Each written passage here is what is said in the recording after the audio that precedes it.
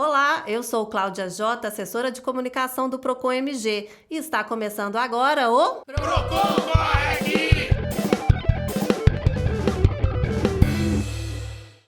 Hoje o nosso tema é venda casada. Essa é uma prática muito comum no mercado. De janeiro a setembro deste ano, a plataforma consumidor.gov.br e o Procon Estadual receberam 920 reclamações referentes à venda casada.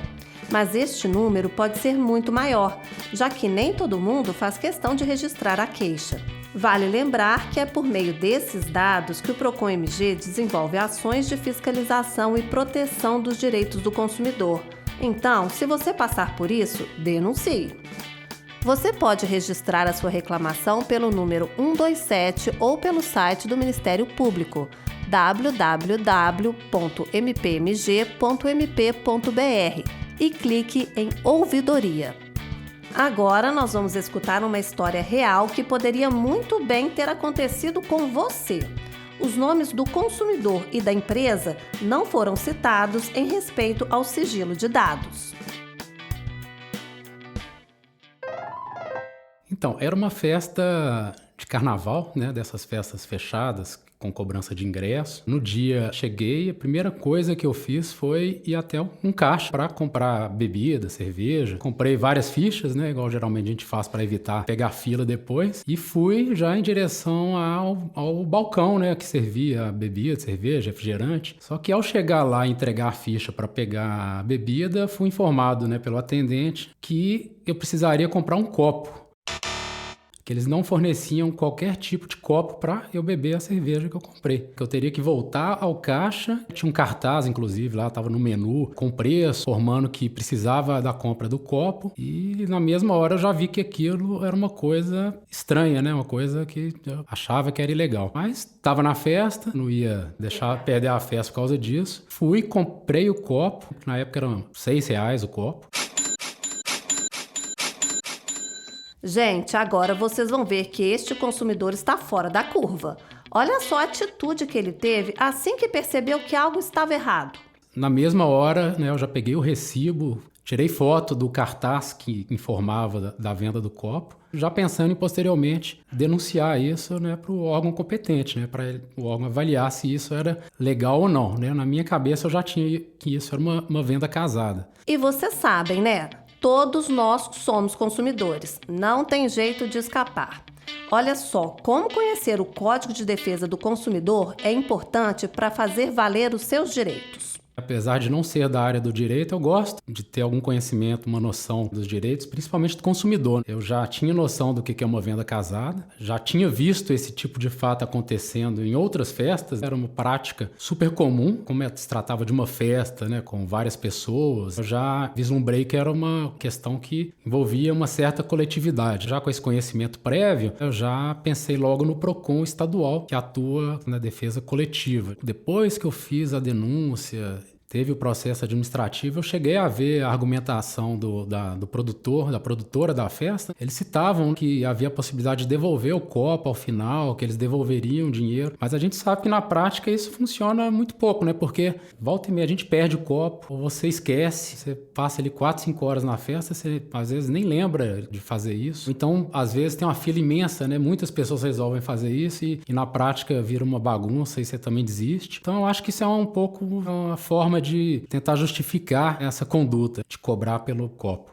E olha só que interessante, às vezes estamos em situações tão cotidianas que nem nos damos conta de que algo pode estar errado. Ainda mais quando envolve consumo coletivo, como em festas e eventos. E é nesse momento que os direitos do consumidor entram em cena. Ouviremos agora como o processo se desenrola a partir do momento em que a denúncia é registrada no site do Ministério Público de Minas Gerais. A festa era, se não me engano, era no fim de semana, então esperei chegar ali na segunda, na terça-feira seguinte. Tava lá com as fotos salvas no celular. Então entrei no site do Ministério Público, né? Entrei na página lá para denunciar ao PROCON especificamente. E aí eu relatei de forma resumida os fatos, citei lá os nomes dos organizadores, da produtora e anexei os arquivos das imagens que eu fiz como uma forma de provar o que eu estava dizendo ali. E aí assim, enviei a reclamação, a denúncia, anotei o protocolo, a senha para acompanhar depois e foi assim. Durante o processo administrativo, né, após o registro ali da denúncia, com o protocolo e a senha você consegue acessar uma página para ver o andamento. Então, uma vez por mês, uma vez por semana, uma vez por mês, eu entrava ali para ver se tinha dado alguma coisa, né, se tinha ido para frente a reclamação. E aí, depois de certo tempo, eu vi que o que era uma simples reclamação virou um processo, né, um processo administrativo do PROCON. E depois de um certo tempo, eu recebi a informação de que o PROCON havia multado, né, a organizadora do evento.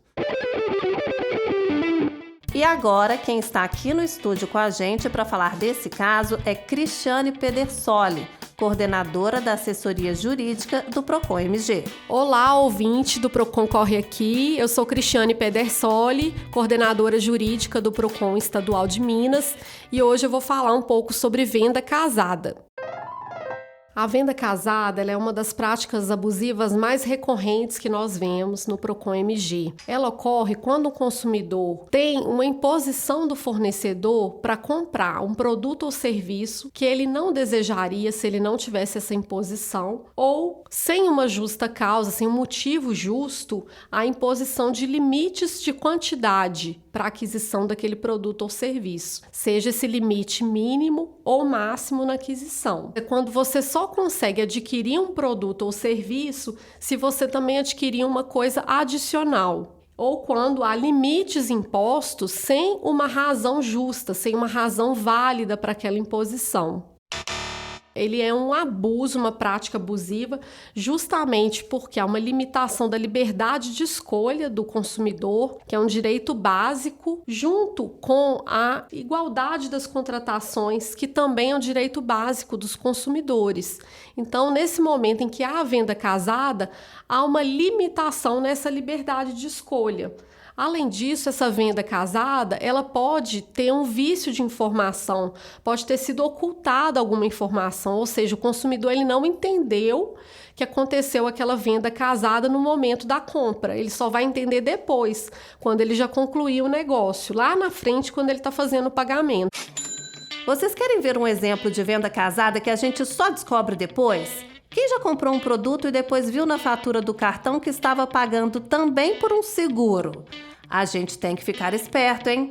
E se você tem a intenção de denunciar, preste muita atenção no que a Cristiane vai falar agora. É muito importante, quando o consumidor passar por essa situação, ele reunir todas as evidências que ele tiver para comprovar a venda casada, para esclarecimento dos fatos ocorridos. Então é importante ele registrar uma reclamação primeiro com o fornecedor e guardar a prova de que ele registrou aquela reclamação, comprovante de compra e pagamento, captura de tela, e-mail, mensagem, o nome e endereço da empresa, porque depois fica mais fácil para localizar aquele fornecedor, publicidade da oferta do produto, enfim, todos os comprovantes, contratos que tenham sido envolvidos naquele caso concreto. Então, esses meios de prova irão ajudar, dentro do processo administrativo ou processo judicial, a comprovar que ocorreu a prática abusiva. Existem várias práticas de venda casada que são bastante comuns no mercado e podem passar despercebidas pelo consumidor.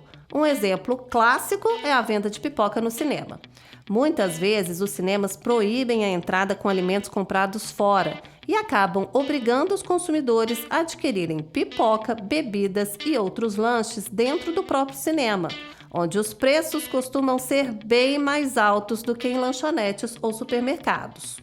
Pacotes de TV a cabo que incluem canais adicionais sem a opção de contratar apenas os canais desejados também são exemplos recorrentes. Você já viu isso?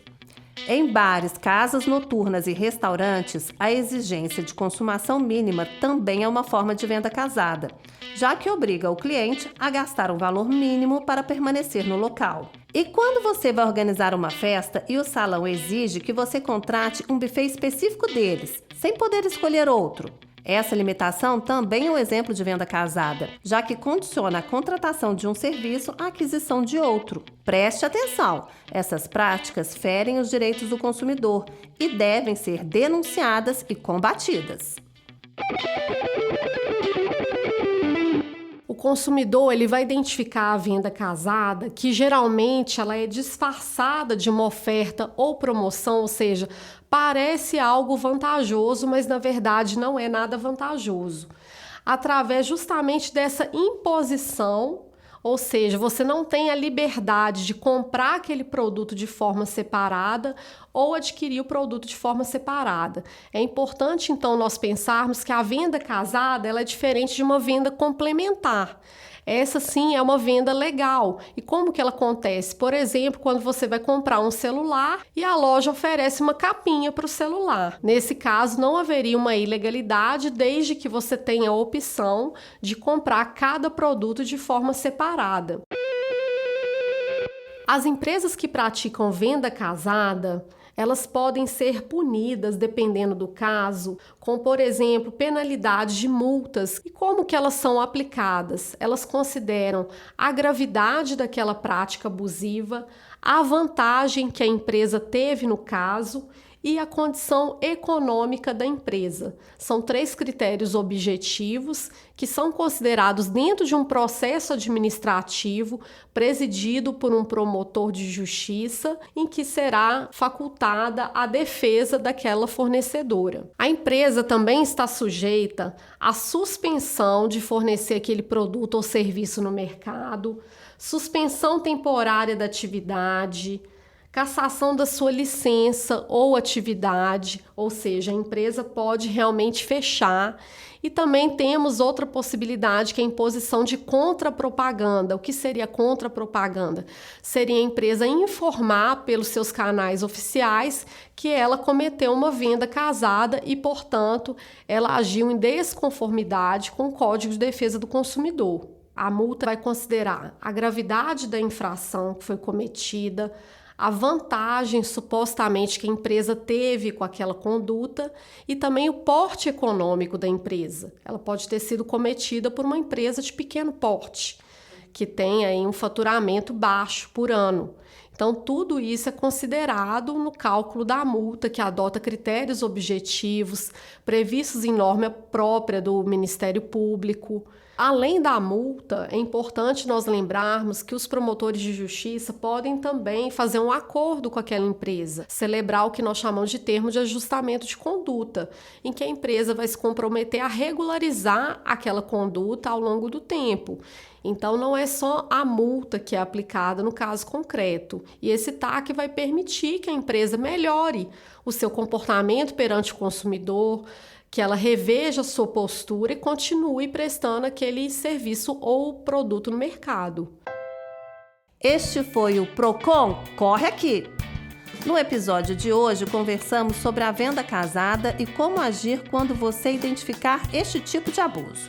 Nós já falamos no começo do programa, mas eu vou reforçar aqui quais são os nossos canais de denúncia. Você pode registrar a sua reclamação pelo número 127 ou pelo site do Ministério Público, www.mpmg.mp.br, e clique em Ouvidoria. Você também pode deixar a sua reclamação na plataforma consumidor.gov.br. Eu sou Cláudia Jota e você pode nos ouvir no Spotify, no YouTube e na Rádio MP para ficar por dentro de mais histórias e dicas sobre o direito do consumidor. Até a próxima!